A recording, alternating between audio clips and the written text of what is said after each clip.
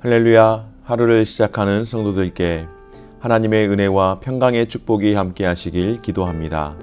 오늘 우리의 삶을 인도하실 하나님의 은혜를 기대하며 주시는 말씀 앞에 하나님을 향한 소망의 복음을 붙드시는 성도님들 되시기 바랍니다. 1월 21일 말씀으로 여는 아침, 오늘 우리에게 주신 하나님의 말씀 누가복음 6장 12절에서 26절 말씀입니다.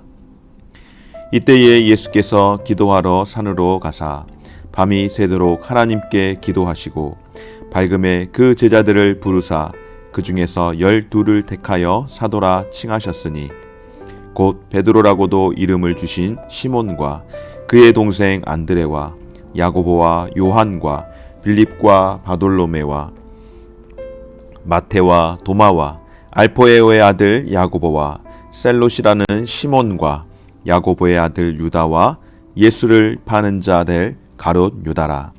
예수께서 그들과 함께 내려오사 평지에 서시니 그 제자들의 많은 무리와 예수의 말씀도 듣고 병 고침을 받으려고 유대 사방과 예루살렘과 두로와 시돈의 해안으로부터 온 많은 백성도 있더라. 더러운 귀신에게 고난받는 자들도 고침을 받은지라. 온 무리가 예수를 만지려고 힘쓰니 이는 능력이 예수께로부터 나와서 모든 사람을 낫게 함이러라. 예수께서 눈을 들어 제자들을 보시고 이르시되 너희 가난한 자는 복이 있나니 하나님의 나라가 너희 것이미요. 지금 줄인 자는 복이 있나니 너희가 배부름을 얻을 것이미요. 지금 우는 자는 복이 있나니 너희가 웃을 것이미요. 인자로 말미암아 사람들이 너희를 미워하며 멀리하고 욕하고 너희 이름을 악하다 하여 버릴 때에는 너희에게 복이 있도다. 그날에 기뻐하고 뛰놀라. 하늘에서 너희 상이 큼이라. 그들의 조상들이 선지자에게 이와 같이 하였느니라. 그러나 화 있을진저 너희 부요한 자여, 너희는 너희의 위로를 이미 받았도다. 화 있을진저 너희 지금 배부른 자여, 너희는 줄이는도다. 화 있을진저 너희 지금 웃는 자여, 너희가 애통하며 울리로다. 모든 사람이 너희를 칭찬하면 화가 있도다. 그들의 조상들이 거짓 선지자들에게 이와 같이 하였느니라. 아멘. 오늘 누가복음 6장 12절에서 26절까지 말씀 가운데에 특별히 16절까지의 말씀은 누가복음 5장 1절에서부터 기록되어지며 등장한 예수님의 제자들, 그러니까 예수님께서 이제 제자를 한 사람씩 곳곳을 다니시면서 당시에 스승이 제자를 찾으러 다니는 경우는 없었습니다. 유명한 스승이 있다라고 하는 곳에서는 그의 부모들이 자신의 자녀를 제자로 받아달라고 문전성시를 이루던 그런 시대였고, 또한 최소한 사도 바울이 가말리엘의 문화생으로 들어갈 만큼 그런 유명한 스승들에게는 정말로 문전성시를 이룰 뿐만 아니라 기본적으로 제자가 되겠다라고 한다면은 모세 오경을 달달달 외울 정도로 그렇게 학문도 깊이 있게 미리 다 준비해서, 예전에 우리 천자문 미리 다 띈다라고 이야기하는 것처럼 모세 오경 정도는 미리 다 떼고 그렇게 제자로 가는, 문화생으로 가는 그런 게 보편화되어 있는 시대 가운데에 예수님께서는 스승이신 예수님이 직접 제자를 삼기 위해서 여러 많은 곳을 다니시고 오늘 본문에서 이제 12명의 제자를 사도로 택하시는데요. 예수님께서 특별히 누가복음에서 하신 일 가운데에 그 많은 사역들 가운데에 항상 쉬지 않고 하셨던 것을 보게 되어지는데, 그것은 무엇인가 하면 바로 예수님께서 기도하러 산으로 가셔서 밤이 새도록 하나님께 기도하셨다. 예수님이 한적한 곳을 찾으셔서 기도하셨고 늘 기도하시던 중에 때로는 밤을 새시면서까지 기도하셨다라고 하는 것을 볼 때에, 사랑하는 여러분, 우리가 예수님의 제자라고 할 때에 제자가 스승을 따라가는 삶 아니겠습니까?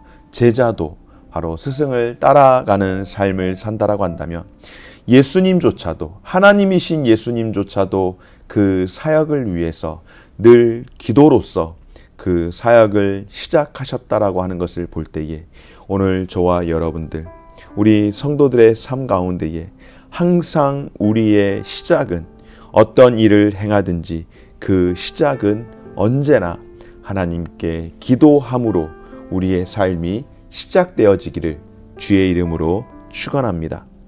예수님께서 이와 같이 이제 12제자를 세우시고 그들을 사도라고 칭하셨는데요.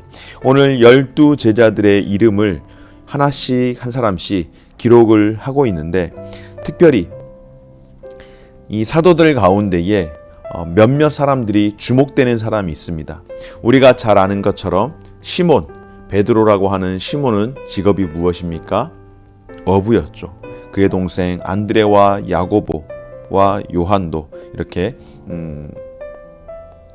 어부로서 삶을 살았던 사람이고, 그리고 우리가 어제 보았지만은 마태, 또 다른 이름 유다식 이름, 이 마태는 헬라식 이름이고 유다식 이름 바로 세리 레이가 있었는데, 그 사람은 세리, 모든 사람들 가운데에 가장 큰 죄인이라고 여기는 세리도 예수님의 제자였고, 또 보게 되어지면은 시몬이라는 사람이 있는데요. 이 시몬은 베드로가 아닌 다른 사람입니다. 바로 셀롯이라고 하는 시몬인데, 오늘날 말씀을 하면은 열심당원, 혁명분자입니다. 혁명을 통하여서 나라를 일으켜야 된다라고 하는 그런 열심당원, 유대의 독립을 위해서 끝까지 항전했던 그런 사람 시몬이 있었고, 또 어떤 사람이 있었습니까? 마지막으로 예수를 팔았던, 예수님을 배반하고 은 30개에 팔았던 유다, 가룟 유다. 놀랍게도 가룟 유다는 유일하게 유대 출신의 사람입니다. 그리고 또한 요세푸스의 역사가의 기록을 보면은 유대 출신의 가룟 유다가 이 제자들 가운데에 가장 학문이 또한 깊었던 사람이라고 그렇게 이야기를 합니다. 이와 같이 출신과 성향이 다 다른 12명의 사람들을 제자로 세우시고, 이제 하나님의 나라를 위하여서 예수님께서 사역을 하는 것을 볼 때에, 오늘 예수님이 다양한 계층의 사람들을 제자로 세우시는 것을 볼 때에 교회 공동체는 어떠해야 하는가? 바로 이런 다양성을 함께 우리가 인정하고 다양성이 공존하고 있는 이 집합체가 바로 교회라는 것을 우리가 기억했으면 좋겠습니다. 그래서 이 오늘 성경에서 보면은 세리 마태 같은 경우는 한마디로 이야기하면은 극 위에 들어가는 사람이라고 볼 수 있습니다. 반대로 열심당이었던 셀롯인 시몬은 어떻겠습니까? 극좌에 있는 사람입니다. 극우든 극좌든 교회 안에서는 한 공동체임을 기억하시기 바랍니다. 그래서 지역주의, 학벌주의, 어떤 관계로 맺어진 공동체가 아니라 예수 그리스도 안에서 교회라고 하는 곳은 한 공동체로 뭉쳐져 있기에, 어떤 이 자기 좋아하는, 자기와 잘 맞는 혈연이나 지연이나 학연이나 이런 곳으로 뭉치는 곳이 교회가 아니라, 교회라고 하는 곳은 그런 것으로 뭉치면은 교회는 어긋나기 시작합니다. 그럼 어떻게 모여야 할까요? 바로 신앙으로 모여야 할 줄 믿습니다. 그래서 교회 공동체는 신앙 공동체임을 기억하고, 신앙 공동체는 하나님의 말씀으로 훈련을 받아서 제자로 살아가야 할 줄 믿습니다. 예수님께서 다양한 분포의 사람들을 제자로 삼으신 것은, 12명을 세우신 것은 이스라엘 나라의 회복도 있겠지만은, 오늘 이 시대를 살아가고 있는 저와 여러분들이 다시 한번 기억하기를 원하는 것은, 교회 공동체라고 하는 것은 각각 다른 영역에서 살아가는 사람들이 자기 주장을 하는 집단이 아닌, 하나님의 말씀으로 훈련받아서 아름답게 건강하게 세워져야 하는 곳이 바로 교회 공동체라고 하는 것을 기억할 수 있는 귀한 시간 되기를 주의 이름으로 축원합니다. 계속해서 예수님께서는 또 제자들과 또 예수님을 보기 위해서 몰려온 수많은 무리들에게 평지 설교를 하셨는데요. 그냥 서서 평지에서 설교하셨다라고 하는데, 이 말씀은 마태복음 5장에서 7장에 이르는 산상수훈, 산상선교와 병행 구절로 되어져 있는데, 네 가지 복과 네 가지 화를 말씀을 하십니다.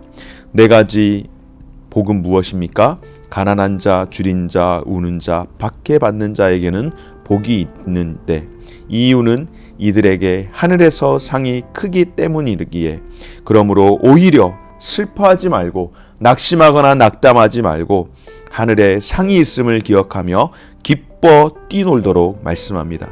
다음으로 부한 자, 배부른 자, 웃는 자, 사람에게 칭찬받는 자는 화가 있다라고 이야기하는데, 왜 그랬을까요? 이들은 이미 이 땅 가운데에서 위로를 받을 상을 다 받아버렸기에 하늘에서 받을 상이 없음을 애통해하며 울어야 한다라고 그렇게 말씀을 하고 있습니다. 사랑하는 여러분, 세상의 시각으로 볼 때에 정말로 복이 있는 자라고 이야기하는 사람이, 그 복이 있는 자라고 이야기하는 사람만큼 더 불행한 삶이 어디 있겠습니까?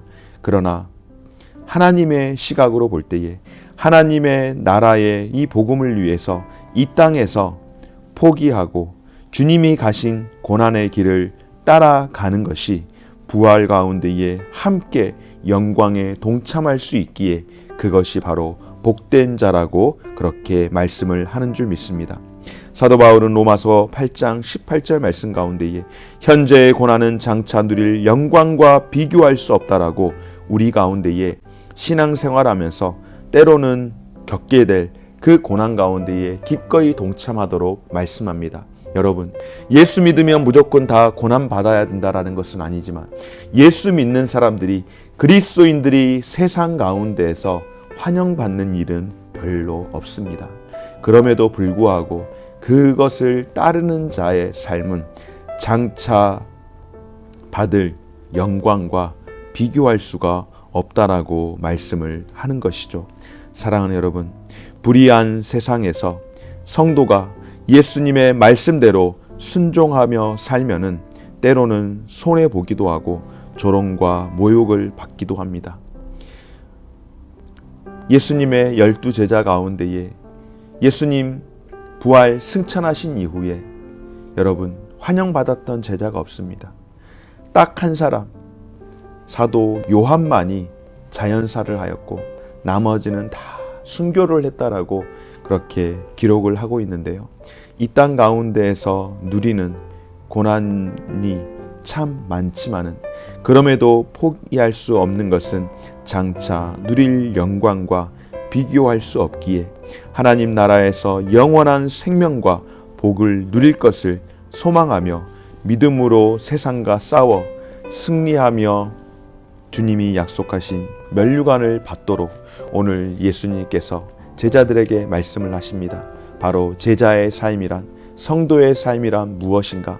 세상에서 누릴 거 받을 거 다 받아버리고 누리고 살아가는 삶이 아니라 바로 하늘의 상을 추구하는 자의 삶, 그것이 바로 오늘 네 가지 복, 가난한 자, 줄인 자, 우는 자, 박해받는 자에게 복이 있다라고 말씀하시며 오히려 이들에게 하늘의 상이 크기 때문에 기뻐하고 뛰놀라라고 하는 줄 믿습니다.